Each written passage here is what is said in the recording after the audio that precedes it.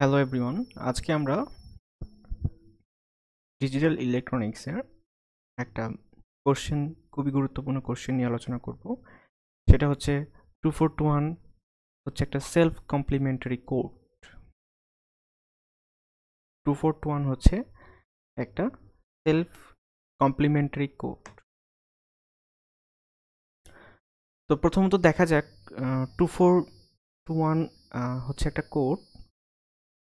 এটার সাহায্যে আমি যে কোনো একটা ডেসিমাল সংখ্যাকে কিভাবে রিপ্রেজেন্ট করতে চাই।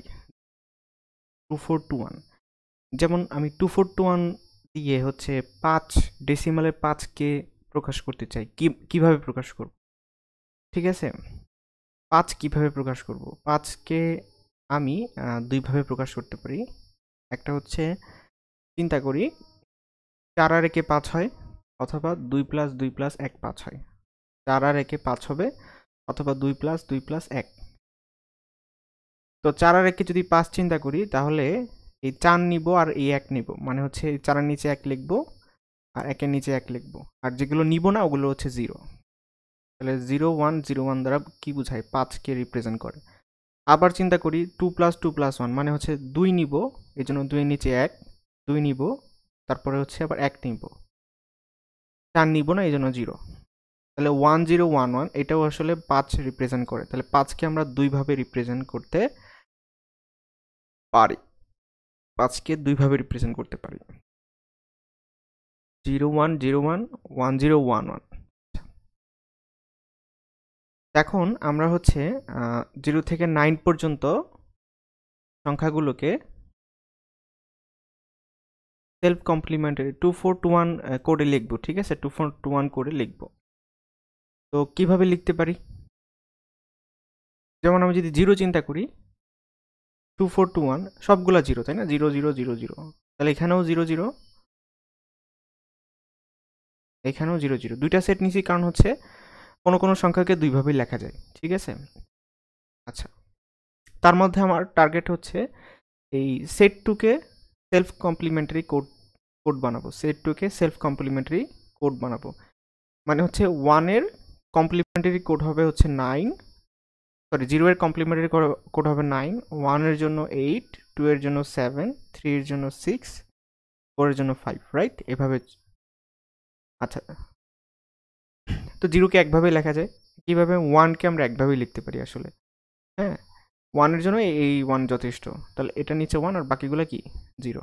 তাহলে 0 0 0 1 0 0 0 1। আচ্ছা, আবার 2 কে চিন্তা করি। 2 কে আমরা দুইভাবে লিখতে পারি। আচ্ছা, একটা হচ্ছে এই 2 কে নিলে, আর একটা হচ্ছে এই 2 কে নিলে। তাহলে এই 2 কে যদি নেই, তাহলে 1 0 0 0। আবার যদি এই 2 কে নেই, তাহলে 1, বাকিগুলো 0। আচ্ছা, তার মানে কি দাঁড়াইলো? দুইটা দাঁড়াইলো, কিন্তু আমি নিব কোনটা? এইটা নিব। ঠিক আছে, দুই ক্ষেত্রে এইটা নিব, রাইট? 0 0 1 0 0 1 0 0 0 1 0। ঠিক আছে, দুই ক্ষেত্রে এটা নিব, মানে এটা নিব না। এরপর আসতে আসতে 3। এটা নেওয়ার একটা কারণ আছে, আমরা একটু পরে বুঝতে পারবো। 3, 3কে যদি 2 আর কে 3, তাহলে এখান থেকে যদি নেই, এই 2 আর কে 3 হইতে পারে, বাকিগুলো 0, অথবা এই 2 আর কে 3 হইতে পারে, মানে বাকিগুলো 0। তাহলে এটার মধ্যে নিব কোনটা? এইটা নিব। ঠিক আছে, 0 0 1 1 নিব দুই ক্ষেত্রেই। 0 0 1 1 0 0 1 1, এটা নিব না। 4কে যদি বলি, 4 মানে 2 আর 2 4, অথবা 4 শুধু 4 নিলেও 4। তাহলে শুধু যদি 4 নেই, তাহলে এখানে 0, সরি এখানে 1, বাকিগুলো 0। আর যদি 2 আর 2 এ 4 নিই, তার মানে এখানে 1, এখানে 1, বাকিগুলো 0। তাহলে এটার মধ্যে আবার কোনটা নিব? এটা নিব, এটা নিব না। তাহলে 0 1 0 0 0 1 0 0 0 1 0 0। আচ্ছা, এইবার চিন্তা করি, এবার নিতে হবে 5। এইবার নিতে হবে কিন্তু 5। 5 মানে কত? 2 আর 2 আর প্লাস 1, মানে 2 প্লাস 2 প্লাস 1, অথবা 4 প্লাস 1। তো এটা যদি নেই তাহলে হচ্ছে 1 1 1 আর এটা 0, আর 4 প্লাস 1 মানে এটা আর এটা নিলাম, আর এটা নিলাম না মানে 0। তাহলে এখন কোনটা নিব? এখন আমার টার্গেট হচ্ছে সেট 2 কে কমপ্লিমেন্টারি বানানো। তাহলে 4 এর কমপ্লিমেন্টারি তো 5, তাই না? তো এটার কমপ্লিমেন্ট নিলে কত আসে? এই যে 0 এর কমপ্লিমেন্ট 1, 1 এর কমপ্লিমেন্ট 0, 0 এর কমপ্লিমেন্ট 1, 0 কমপ্লিমেন্ট 1। তার মানে এই ক্ষেত্রে কোনটা নিছি? এটা কিন্তু এটার সাথে মিলে গেছে হুবহু। ঠিক আছে, এটার সাথে মিলে গেছে 1 0 1 1। তাহলে এটা কোথায় লিখবো? এই যে 0 1 0 1, এটা এখানে লিখবো 0 1 0 1। আচ্ছা, এখন আসতেছে 6। 6 মানে কি?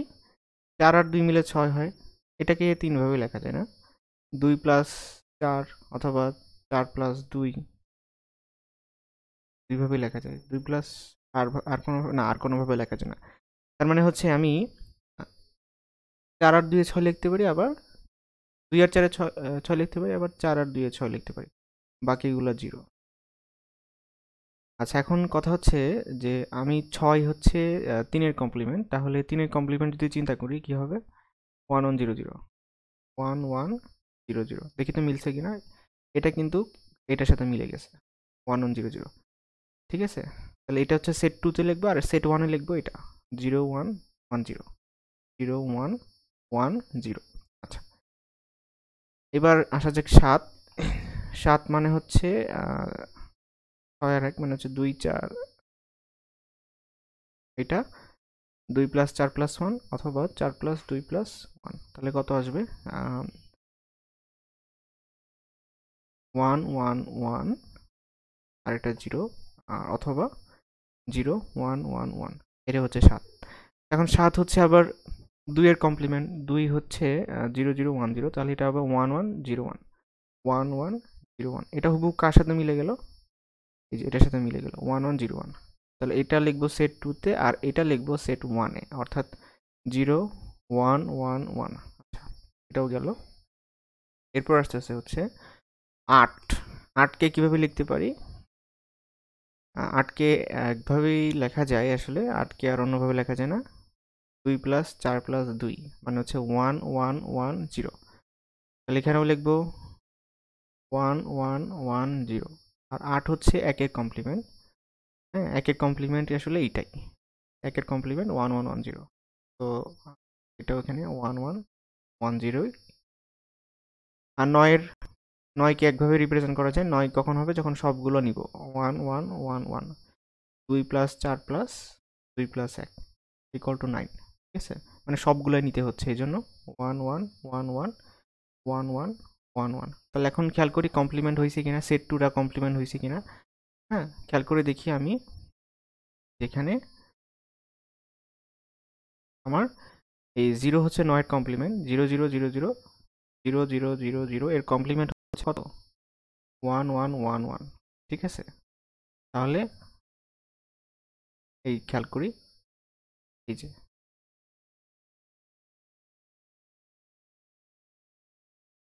0 হয়ে গেল 9 এর কমপ্লিমেন্ট। তারপরে হচ্ছে 1 হচ্ছে 8 এর কমপ্লিমেন্ট, 0 0 1 0 1 1 1 0। তাহলে 8 হচ্ছে 1 হচ্ছে 8 এর কমপ্লিমেন্ট, 8 হচ্ছে 1 এর কমপ্লিমেন্ট। তারপরে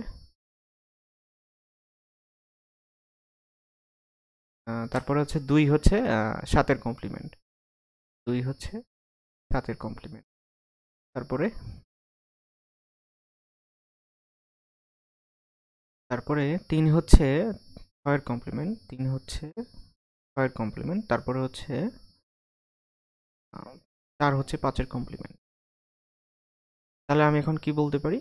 আমি বলতে পারি যে 2 4 2 1 is a self complementary code. ঠিক আছে, এটা সেট 2 এর সাহায্যে আমি প্রমাণ করলাম। ঠিক আছে, সেট 2 এর সাহায্যে প্রমাণ করলাম।